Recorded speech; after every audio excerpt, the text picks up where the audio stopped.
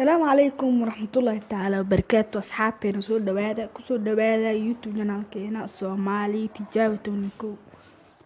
maanta muuqaalkeena waxaa kaga hadli doonaa arrin runtii adduunyada oo dhan fajac ku noqotay.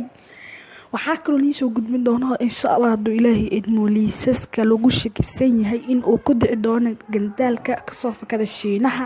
waxaa kaloo ku maqli doontaa warbixinta waxaa ka mid ah Shiinaha maxay u wadeen.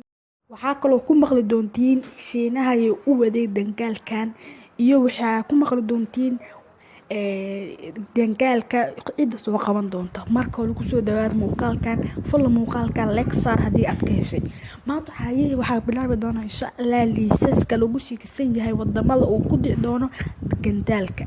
liisaska waxaa ka mid ah dalka Turkiga, dalka Kampala, dalka Nigeria iyo dalka Ethiopia iyo dalka Ethiopia. Soomaali ma dhihi karo laakiin Ethiopia oo shakisan yahay Turkiga.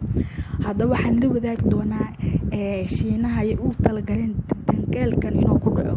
Shiinaha cid ma ugu talagelin laakiin waxay rabeen dangaalka sida la sheegay waa gangaal magaciisu waxaa la yiraahdaa 215 F32 dangaalka waxaana gantaal ka xoog badan gantaalada.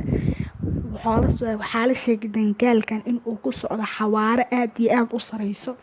gantaalkan waxaa loo talagalay in uu qaado markabyada iyo waxyaabaha cirka iyo waxaa la wadi in loo qaado heeda inuu xirxiro.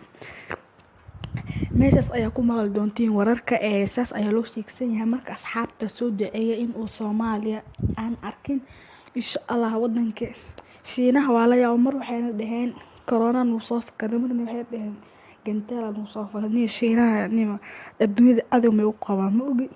بس أيها كسر جبيلها أنت وأسكت فيلم مقال عندك شهر ده. والسلام عليكم ورحمة الله وبركاته.